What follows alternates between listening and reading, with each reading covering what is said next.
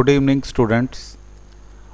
आज हम डिफरेंशिएशन की जो यूज़फुल आइडेंटिटी हैं उनके बारे में आपको बताएंगे। जो डेरिवेटिव की डिफरेंशिएशन की जो बेसिक यूज़फुल आइडेंटिटी हैं जिनको हमने लर्न करना है, जिनके साथ डेरिवेटिव के सभी क्वेश्चन इजी हो जाते हैं, उनको कैसे लर्न करना है, उनको कैसे यूज़ करना है, उसके बारे में हम आपको बताएंगे। उसके जो बेसिक रिजल्ट हैं उसकी एक एक दो एग्जांपल देकर समझाएंगे। यस, इसका मीनिंग क्या होता है, इसको कैसे सॉल्व करना है। इससे आपको जो अब आप आगे इनको यूज़ करोगे तो यूज़ करना बहुत इजी रहेगा। तो आप मेरे साथ आओ, आगे चलते हैं, हम इनको सॉल्व करते हैं। सबसे पहले हमने जो डेरिवेटिव की फर्स्ट आइडेंटिटी होती है वो कांस्टेंट के लिए होता है। जो डेरिवेटिव का साइन होता है वो होता है D Y upon D X. इसका मतलब होता है किसी चीज़ का भी, जैसे हम किसी भी फंक्शन का डेरिवेटिव ले रहे हैं विद रिस्पेक्ट टू एक्स, जो डी अपॉन डी एक्स है उसका सिंबल है पूरा एक, हम उसका derivative with respect to X ले रहे हैं किसी भी फंक्शन का। जैसे हमारी फर्स्ट आइडेंटिटी है उसमें दे रखा है, जैसे हमारे पास एक फंक्शन है कांस्टेंट है, कोई भी कांस्टेंट मीन्स बिना किसी भी एक्स वाई या बिना किसी वेरिएबल के है। जब भी हम किसी कांस्टेंट का डेरिवेटिव लेते हैं तो वो ज़ीरो होता है। मैंने आपको इसकी एक एग्जांपल लेकर बताई है। जैसे मैंने फर्स्ट एग्जांपल में बताया, मेरे पास एक कांस्टेंट 3 है, मैं 3 का डेरिवेटिव कर रहा हूँ तो 3 का डेरिवेटिव कितना होगा, 0 होगा। ऐसे ही जैसे 8 है मेरे पास, 8 के साथ कोई एक्स कोई वाई कुछ नहीं लगा, इसका जब मैं एक्स के साथ डेरिवेटिव ले रहा हूँ तो 8 का डेरिवेटिव कितना होगा, वो भी 0 हो जाएगा। ऐसे ही हमारा दूसरा जो बेसिक डेरिवेटिव का फार्मूला होता है, जैसे हमारे पास कोई फंक्शन दे रखा है, वेरिएबल है x, उसकी पावर कोई कांस्टेंट है। किसी भी वेरिएबल की जब कोई कांस्टेंट पावर हो, जैसे x की पावर n हो, हम उसका डेरिवेटिव ले रहे हैं विद रिस्पेक्ट टू x, तो उसमें क्या होता है, जो उसकी पावर है वो आगे आ जाती है, पावर में से हम एक माइनस कर लेते हैं। इसकी भी मैं आपको पहली जैसे मैंने एग्जांपल बता रहा हूँ, उसमें क्या है, मेरे पास दे रखा है x की पावर 5 है। जब हम इसका डेरिवेटिव लेंगे तो इसकी पावर क्या होगी, पावर आगे आ जाएगी, पावर में से 5 में से हम एक माइनस कर लेंगे तो पावर कितनी रहेगी, 4 रह जाएगी। ऐसे ही अगर हमारे पास कोई नेगेटिव फंक्शन है, 1 अपॉन एक्स की पावर 7 दे रखा है, तो फर्स्ट ऑफ ऑल हम उसको ऊपर ले जाएंगे तो वो बन जाएगा x की पावर -7। जब हम x की पावर -7 का डेरिवेटिव ले रहे हैं, मैंने आपको फार्मूला बताया भी, हम क्या करेंगे, जो ये पावर है उसको आगे नीचे ले आएंगे जो दे रखी है, और पावर नीचे लाने से पावर में से एक माइनस करेंगे तो उसका डेरिवेटिव कितना हो जाएगा हमारे पास, -8 हो गया। ऐसे ही पावर का एक अगर हमारे पास कोई लीनियर फंक्शन दे रखा है, जैसे ax + b है या कुछ भी ऐसा कोई फंक्शन है, हम उसका डेरिवेटिव लेते हैं, उसकी होल पावर n है, तो उसका डेरिवेटिव भी हम वैसे ही लेते हैं, उसकी पावर जो ये n है उसके आगे आ जाएगी, पावर में से हम होल फंक्शन की पावर में से एक माइनस कर देंगे। और इसमें एक स्टेप हम और करते हैं, जो ब्रैकेट के अंदर फंक्शन था जिसकी पावर दे रखी थी उसका हम फिर से डेरिवेटिव लेंगे। उसमें हमने इसका डेरिवेटिव लिया ax + b का। अब जैसे मैंने आपको बताया भी, x का डेरिवेटिव तो 1 हो गया, b कांस्टेंट है उसका डेरिवेटिव 0 हो गया, तो मेरे पास कितना बच गया, a बच गया। तो इसके लिए हमारे पास थर्ड आइडेंटिटी क्या बन गई, अगर कोई भी ऐसा फंक्शन दे रखा है जैसे ax + b है, इसकी होल की पावर n है, हम उसका डेरिवेटिव लेंगे तो उसके फर्स्ट ऑफ ऑल पावर आगे आ जाएगी, पावर में से एक निकाल देंगे, जो इनसाइड फंक्शन है उसका हम डेरिवेटिव ले लेंगे। मीन्स ax + b का जैसे हमने डेरिवेटिव लिया उसका कोफिशिएंट कितना आ गया, a आ गया, उसको हमने साथ में लिख लिया जितना भी लिखा गया। ऐसे स्टूडेंट हमारे पास नेक्स्ट को है, जो फोर्थ आइडेंटिटी है वो है एक्सपोनेंशियल फंक्शन के लिए। जैसे भी कोई भी एक्सपोनेंशियल फंक्शन है हमारे पास, जैसे दे रखा है e की पावर कुछ भी दे रखा है, उसका डेरिवेटिव उतना ही रहेगा। अगर पावर x के बिना कुछ और है तो उसका डेरिवेटिव हम उसके साथ लिख लेंगे भी, इसका डेरिवेटिव इतना हो गया। जैसे हमारे पास दे रखा है e की पावर 3x, अगर तो e की पावर x होता तो इसका डेरिवेटिव e की पावर x से ही रहता, बट ये e की पावर 3x है, वेरिएबल के साथ है, कांस्टेंट मल्टीप्लाई है, तो हम क्या करेंगे, e की पावर 3x साथ में अगेन हम डेरिवेटिव लेंगे, जो पावर में जैसे 3x दे रखा है उसका डेरिवेटिव लेंगे, तो कितना बन जाएगा, e की पावर 3x साथ में हमारे पास 3 साथ में मल्टीप्लाई हो जाएगा। बच्चे इसमें कंफ्यूज होते हैं। कई बच्चे क्या करते हैं, जब इसका डेरिवेटिव लेते हैं तो इसकी पावर नीचे लिख देते हैं और पावर में माइनस करना शुरू कर देते हैं। आपने बेटा ऐसे ही गलती नहीं करनी, पावर वैसे ही रखनी है जैसे है। ई की पावर एक्स का डेरिवेटिव उतना ही रहेगा, तो जो पावर में है उसका अगेन डेरिवेटिव लेना होता है इसमें।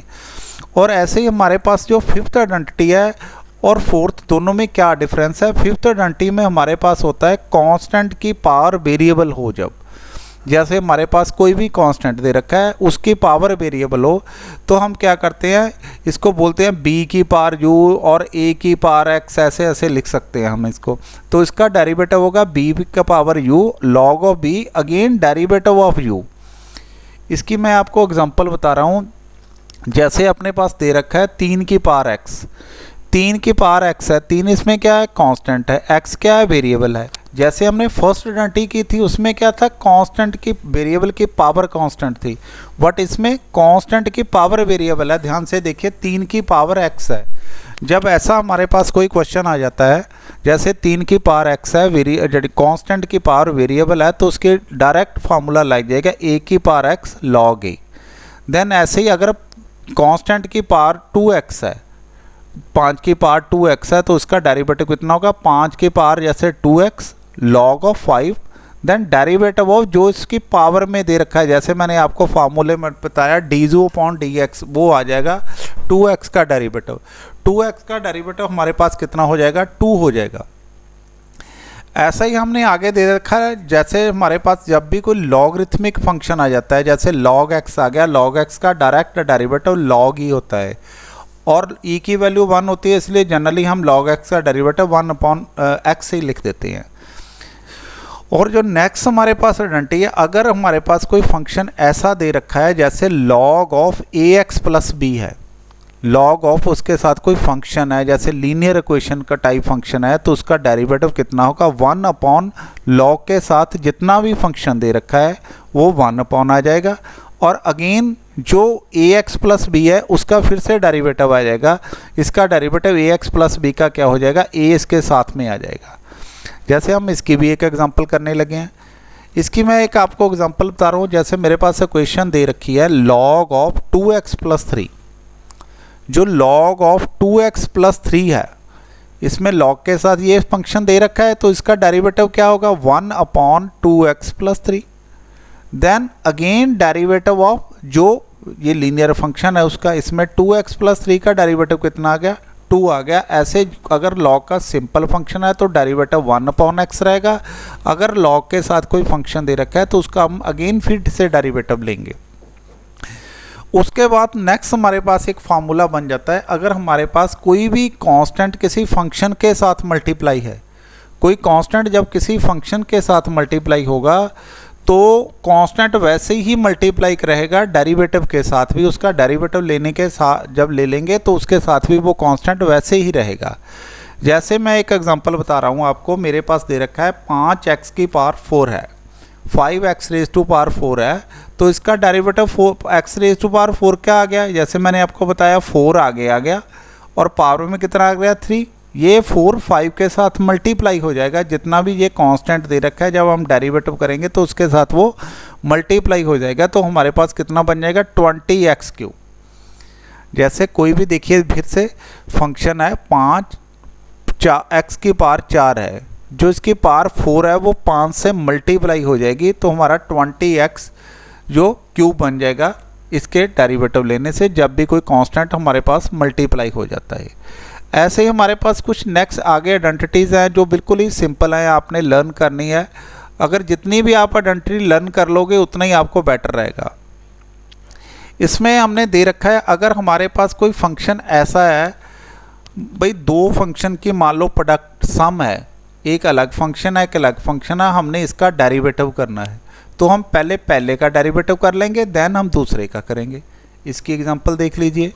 जैसे अपने पास एक फंक्शन दे रखा है y is equal to X raise to power 5 plus 2x3, तो पहले हम इसमें x रेज टू पावर 5 का डेरिवेटिव करेंगे, 5 आगे जाएगा, पावर में 4 रह जाएगा, और इसमें 3 आके मल्टीप्लाई हो गया, वही जो ऐसे मैंने आपको बताया भी, जो भी ये दे रखा है पावर में आगे मल्टीप्लाई हो गया, 6 हो गया, तो पावर इसकी 2 रह गई।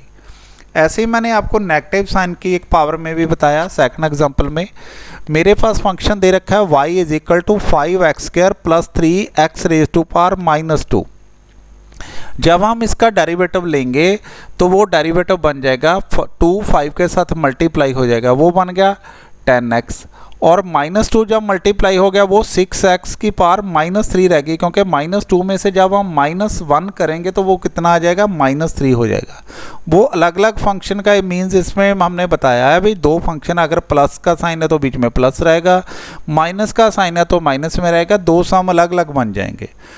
ऐसे ही कुछ स्टैंडर्ड हमारे पास ट्रिग्नोमेट्रिक फंक्शन की आइडेंटिटीज़ होती हैं, जिनको लर्न करने के लिए आपने थोड़ा एक साइन का इसमें ख्याल रखना है। बच्चे इसमें साइन भूल जाते हैं। जब भी हम ट्रिग्नोमेट्री किसी फंक्शन का डेरिवेटिव लेंगे, ऐसे मैंने आपको पहले ट्रिग्नोमेट्री के फार्मूलों में भी बताया है, जो साइन का जो कॉस का फार्मूला होता है जिसके आगे सी लगा, वो थोड़ा फार्मूला डिफरेंट होता है, दूसरों से वो खतरनाक रहता है, उसमें नेगेटिव साइन लगा होता है। आपने दिमाग में ये बात याद रखनी है। जैसे हम साइन का डेरिवेटिव करते हैं वो कितना हो गया, कॉस हो गया। अब दूसरा आ गया हमारे पास कॉस। कॉस का डेरिवेटिव डायरेक्ट क्या होता है, वो होता है sine with negative sign. Cos का डेरिवेटिव कितना हो गया, साइन एक्स। जैसे कॉस एक्स का साइन एक्स हो गया, बट उसके साथ नेगेटिव साइन लगेगा, क्योंकि मैंने आपको बताया जब सी का फंक्शन है तो नेगेटिव रहेगा। उसके बाद की आइडेंटिटी हमारे पास है tan x। इसको याद रखना बिल्कुल आसान है। आपने ट्रिग्नोमेट्रिक पढ़ा, tan के बीच में क्या आ जाता है, tan के बीच में 1 प्लस सेकेंड और सेकेंड स्क्वायर थीटा प्लस 1 या सेकेंड -1, तो इसमें tan का डेरिवेटिव क्या आ गया, सेकेंड स्क्वायर x आ गया। ऐसे ही अगर हमारे पास यहाँ एक लिखना था, मैंने भूल गया, cot x है, यहाँ लिखा हो, सॉरी, cot x का डेरिवेटिव होता है माइनस कोसेकेंड स्क्वायर x। अगर हमारे पास अकेला कोसेकेंड है तो उसका डेरिवेटिव कोसेकेंड x का कितना होगा, कोसेकेंड का डेरिवेटिव होगा कोसेकेंड x cot x, और अगर सेकेंड दे रखा है तो उसका डेरिवेटिव है सेकेंड x tan x। आपने बस खाली इन रिजल्ट को याद रखना है। देखो जल्दी से, साइन का डेरिवेटिव cos x, cos का माइनस साइन, tan का सेकेंड स्क्वायर x, कोसेक का minus cosec x cot x, secant का सेकेंड x tan x, और cot का minus cosecant square x with negative sign, जिसमें c लगा, सभी के साथ नेगेटिव साइन आ रहा है। ऐसे ही हमने कुछ स्टैंडर्ड रिजल्ट हैं हमारे पास, जो आपने इनवर्स ट्रिग्नोमेट्रिक फंक्शन जो होते हैं उनको भी याद रखना है। उनको याद रखना भी हमें बहुत आसान है। जैसे साइन का डेरिवेटिव करना है हमने, साइन का डायरेक्ट जो आइडेंटिटी है वो होती है 1/रूट में 1 माइनस एक्स का स्क्वायर, जो इसका एंगल दे रखा है इनवर्स के साथ तो उसका स्क्वायर होगा। अगर कॉस का डेरिवेटिव है तो उसके साथ क्या रहेगा, नेगेटिव साइन रहेगा, 1/1 माइनस एक्स के रूट में नेगेटिव साइन। इसके बाद हमारे पास आ जाता है tan का। जब हम tan का डेरिवेटिव लेते हैं तो उसमें 1/1 प्लस एक्स के रहेगा, बीच में प्लस का साइन होगा और इसके ऊपर कोई रूट नहीं लगता। कॉट के डेरिवेटिव के आगे tan का जैसा ही होगा, बट उसमें क्या आ जाता है, नेगेटिव साइन आ जाता है, वो होता है -1/1 प्लस एक्स स्क्वायर। ऐसा ही हमारे पास सेकेंड x का डेरिवेटिव होता है। जब हम सेकेंड x का डेरिवेटिव लेते हैं तो वो होता है 1/mod value of x root में एक्स स्क्वायर माइनस 1। साइन में होता है 1 माइनस एक्स स्क्वायर, इसमें एक्स स्क्वायर माइनस 1 रहेगा, और कोसेकेंड c है लगा हुआ, मैंने जैसे आपको पहले भी बताया, जहाँ हमारे पास c लग जाता है तो हम उसके आगे नेगेटिव साइन डाल देते हैं। वो सेकेंड का ही फार्मूला होता है, बट वो नेगेटिव साइन के साथ आ जाएगा। अब इनको याद रखना बिल्कुल आसान है। आप एक आधी बार पढ़ोगे तो आपको याद होना शुरू हो जाएंगे, क्योंकि पहली बार तो थोड़ी कोई भी चीज़ डिफिकल्ट लगती है। साइन का डेरिवेटिव हो गया 1/1 माइनस एक्स के रूट में, कॉस का हो गया विद नेगेटिव साइन, tan का हो गया without root 1 plus X square, और कॉट का हो गया tan के साथ नेगेटिव लगा दो जो tan का डेरिवेटिव है। सीकेंड का हो गया modulate value then X square minus 1 का रूट, और कोसेकेंड का जो सेकेंड का डेरिवेटिव है उसके सामान नेगेटिव साइन लगा देंगे। ऐसे ही हमारे पास जो ये डेरिवेटिव ले रहे हैं उनको सॉल्व करने के लिए कुछ डायरेक्ट फार्मूले होते हैं, उनको हमने कैसे लगाना है। जो ये फार्मूले हमने डेरिवेटिव के डायरेक्ट पढ़े हैं उनको सॉल्व करने के लिए हमारे पास कुछ मेथड आ जाते हैं। मैं इनको मेरी एक अलग से वीडियो भी डाल रखी है अभी, यस, इन मेथड को कैसे कैसे करना है मैंने डिफरेंट एग्जांपल देकर सॉल्व भी किए हैं। अब यहाँ भी इसको समझ लीजिए। अगर डेरिवेटिव में अपने पास दो फंक्शन दे रखे हैं, एक fx और एक gx, दोनों आपस में मल्टीप्लाई हैं, जैसे पीछे मैंने पढ़ा था, मैंने बताया था सॉरी आपको, अगर दोनों में प्लस हो तो हम अकेले अकेले का डेरिवेटिव कर लेते हैं। बट अगर दोनों फंक्शन आपस में मल्टीप्लाई आ जाएं, जैसे fx gx से मल्टीप्लाई है, तो इस रूल को हम प्रोडक्ट रूल बोलते हैं, जहाँ कोई बुक्स वाले इसको u इंटू वी रूल भी बोलते हैं। इसमें क्या होता है, पहला फंक्शन हम ऐसे ही लिख लेते हैं, दूसरे का डेरिवेटिव कर लेते हैं, और दूसरा फंक्शन ऐसे ही लिख लेते हैं, पहले का डेरिवेटिव कर लेते हैं। इसको हम प्रोडक्ट रूल भी बोल देते हैं, यू वी रूल भी बोल देते हैं सभी में। इसमें क्या होता है, इसकी मैं आपको एक एग्जांपल बता रहा हूँ। जैसे मेरे पास एक सिंपल फंक्शन दे रखा है कोई y का, उसमें दो इक्वेशन है, 2x प्लस 3 और 3x प्लस 5, दो डिफरेंट फंक्शन है इसमें मेरे को दे रखे। हम इसमें इसका डेरिवेटिव करने लगे हैं, तो इसका डेरिवेटिव जैसे मैंने बताया, फर्स्ट फंक्शन जो है वो एज सच लिख लेंगे, जैसा है वैसा ही लिखेंगे, और डेरिवेटिव ऑफ सेकंड, अब हम सेकंड फंक्शन ऐसे ही लिख लेंगे, और फर्स्ट का डेरिवेटिव ऐसे ही। जब हम 3x प्लस 5 का डेरिवेटिव लेंगे, 3 का तो 3 ऐसे ही आ जाएगा, x का डेरिवेटिव 1 हो गया, कांस्टेंट का मैंने बताया 0 हो गया। ऐसे दूसरा है, उसमें 2x प्लस 3 है, 2 ऐसे ही आ गया, x का डेरिवेटिव 1 और कांस्टेंट 0, इनको मल्टीप्लाई करो तो आपका आंसर आ गया। जैसे हमने प्रोडक्ट रूल किया है डेरिवेटिव में, ऐसे ही हमारे पास एक रूल होता है, जब एक फंक्शन दूसरे फंक्शन से डिवाइड किया हुआ, उसको हम कोशेंट रूल बोलते हैं। कोशेंट रूल कुछ डिफरेंट होता है डेरिवेटिव में। डिफरेंट इसलिए होता है इसमें क्योंकि डिनोमिनेटर होता है, डिनोमिनेटर को याद रखना थोड़ा डिफरेंट ही रह जाता है हमें। इसका फार्मूला लर्न करने का क्या मेथड है, इसको ऐसे लर्न करते हैं, डिनोमिनेटर का स्क्वायर, जो इसके डिनोमिनेटर में दे रखा है पहले हम उसका स्क्वायर करेंगे। जो डिनोमिनेटर में फंक्शन है वो as such derivative of numerator minus numerator as such derivative of denominator. जहाँ इसको हम सिंपल लैंग्वेज में ऐसे पढ़ लेते हैं, नीचे वाले जो फंक्शन दे रखा है, नीचे जैसे gx दे रखा है, इसका स्क्वायर, नीचे वाला फंक्शन एज सच ऊपर वाले का डेरिवेटिव, ऊपर वाला एज सच नीचे वाले का डेरिवेटिव। इसको हम भी एग्जांपल से सॉल्व करते हैं। अपने पास फंक्शन दे रखा है 2x plus 3 upon 3x plus 2, तो नीचे वाले फंक्शन का स्क्वायर जैसे मैंने आपको बताया, नीचे वाला फंक्शन पहले हम एज सच लिखेंगे, ऊपर वाले का डेरिवेटिव माइनस ऊपर वाला फंक्शन एज सच लिखेंगे, नीचे वाले का डेरिवेटिव।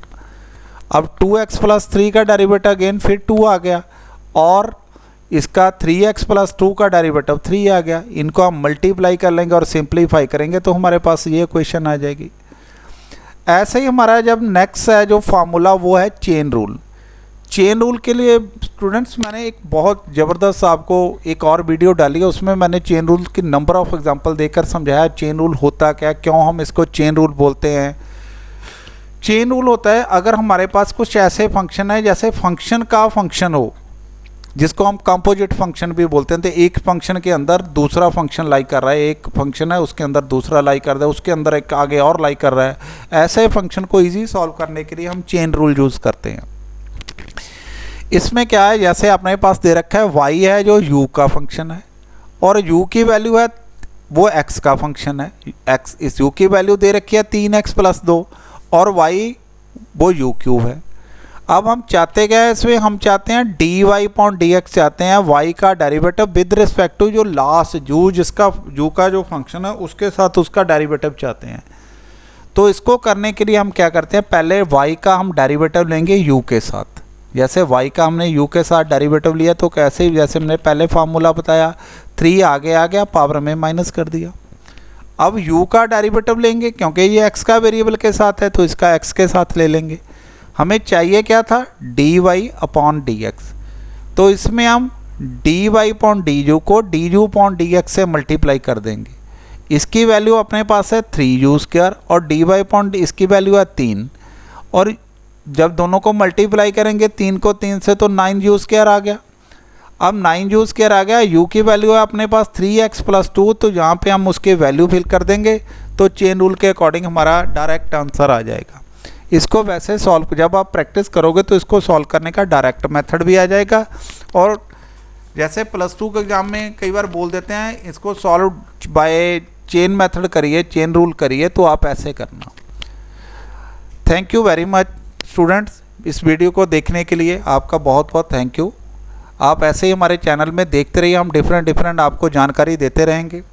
मैथमेटिक्स को हमने लक्ष्य रखा है, मैथमेटिक्स को बिल्कुल इजी बनाना है और हर बच्चे के दिमाग में इसको हमने बिठाना ही बिठाना है, अभी हाँ इसको कैसे सेट करके बिठाना है। Thank you very much.